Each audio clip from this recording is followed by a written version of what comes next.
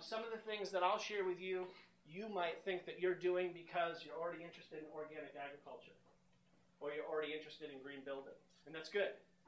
And what we try to do is take all the things we learned from these different disciplines and bring them together and make them all part of one system that works better, more fluidly.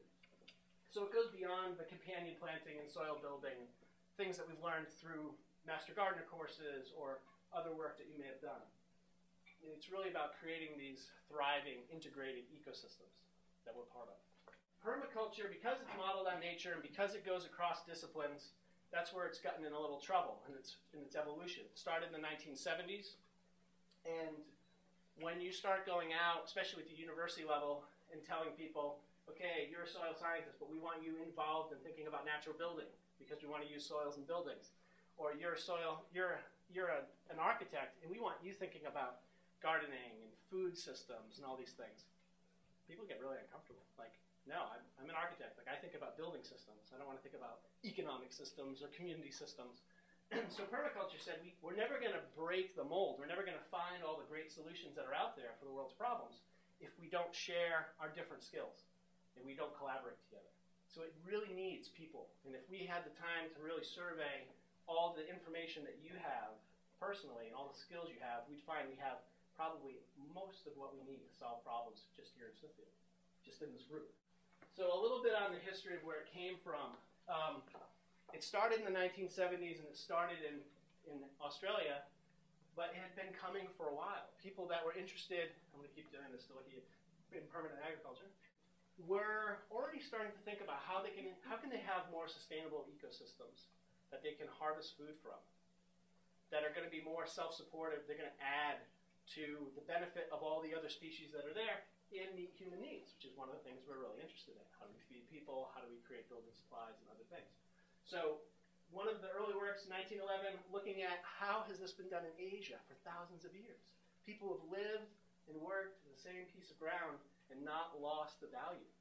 You can see what we've done here in the U.S. with industrial agriculture. In a really short period of time, we've lost a tremendous amount of wealth in soil and soil fertility. So we don't have it figured out, but they did. Looking at tree crops, looking at permanent agriculture, which is what you see at Maori Gardens if you haven't been there yet, establishing tree crops as part of your agricultural system. And looking at other natural ways of farming. Fukuoka is a Japanese farmer who was working just on his own, experimenting with really natural ways of establishing perennial food systems. And somebody finally held him down and made him write a book. And he became more famous than I think he ever wanted to. So those things were happening, and there were many others.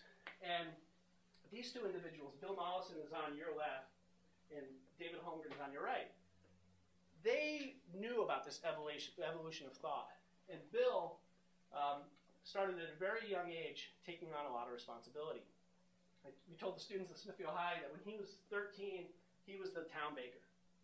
So at 13 years old, he was responsible for getting all the raw ingredients for his community and producing all the bacons.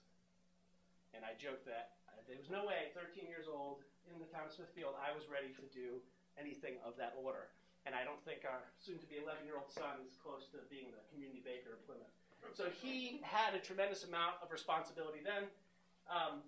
After he'd done that, he had the confidence to go out, and he was a commercial fisherman and a logger and a carpenter, and he changed jobs about every 3 or 4 years, I think. So he had a real thirst for knowledge, or maybe a short attention span, but he was out there just like the world was his oyster, and he wanted to learn, He found himself in his 40s working for a university, actually out studying other species in their natural environment.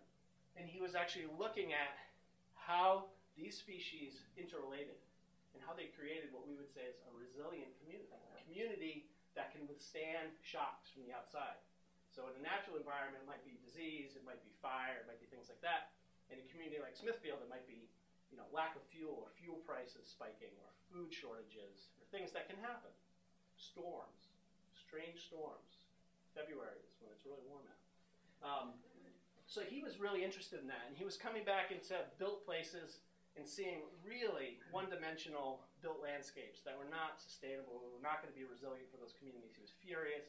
He started speaking out against them and protesting, and pretty much everybody turned him off. They didn't listen to him because they knew that there were problems, and he wasn't suggesting any answers. So they started to tune him out, and he became really frustrated. At that point, he knew that what he needed to do was go to people and say, things are pretty bad. And this was the 1970s. There had just been the fuel crisis. And he wanted to say, here are solutions. Here's how we can do things differently. He wasn't sure exactly how to do it. David Holmgren was a trained ecologist and was interested in something called systems thinking, which is a big part of permaculture. And they got together. There was this beautiful marriage of knowledge and ambition. And they got together and they worked on a book. And they wrote a book called Permaculture 1, which started to communicate these ideas, some of which were just theory and have fallen apart over the years when they've been tested, and some were just brilliant from the beginning. So they started getting the conversation going and getting out and teaching courses and training the future teachers of permaculture. So Bill got together a group of about 25 people for the first permaculture teacher course in Australia in 1979. And my permaculture teacher from Australia was there. He figured he'd go to this like 3 or 4 day workshop, make Bill happy, and he'd go back to being an engineer. And forever he was a permaculture teacher and a permaculture engineer. So it was a really powerful time where they shared these concepts and they kind of ordained these people to help them go out and spread the word. So when they first started doing this, what they wanted to communicate to people that were interested in joining them on this adventure was that things weren't perfect in the world. We weren't sustainable. There were serious issues. And so a typical permaculture course is 72 hours of core content that you have to learn. It's like a core curriculum that's understood internationally. Has anyone here done a permaculture design course? Chris? Be proud, Chris. And you had to go really far away to do it. Go to New Zealand. So when they first started doing the courses, they were all residential. Was yours a residential course? Like you were there for a couple weeks? I was there 3 weeks. Okay. And they spent about a third of that time, about a week, just in the depressive, we're going to spend like 2 minutes, so don't get too depressed. But like, about a week just talking about how bad things were and trying to find data, trying to find the studies and the information so people can understand what this thing, greenhouse effect was going to be all about and some of the problems with the agricultural system as we see it now. We spend less than an hour in an 80-hour course now. People know. They come out. We don't want to depress them any further. They're there for solutions.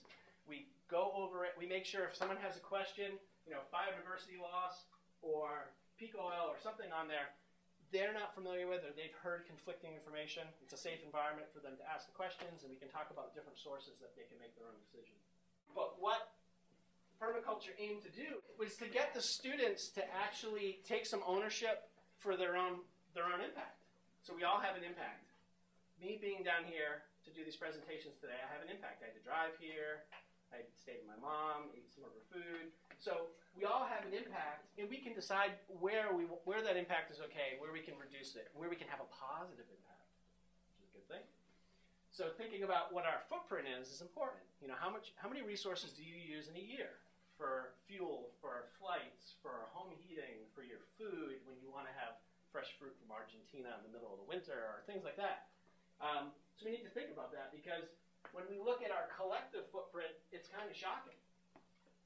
If you looked at all of us in the United States today, which we average about a 24-acre footprint a year. So each of us accounts for about 24 acres. A lot of you, probably a lot less than that. And then there are folks that we know who is a lot more. But when it averages out to 7.2 billion acres. It's like a number that makes my brain hurt because it's so big I can hardly picture it. So it's 4 times the size of the continental U.S. for our food, for our clothes, for our medicine, for our insurance companies and their trips to Aruba, and all these things that we're a part of equate to somewhere 4 times the size of the U.S. And you know this because you know where resources are coming from and how many trips. Jake talked this morning about trips, that certain materials take numerous trips between continents before they're complete, and you can drive away in them. And this leaves no room for natural systems. This means, theoretically, it leaves no room for woods for kids to play in or other species to actually have as breeding grounds and feeding grounds and things like that.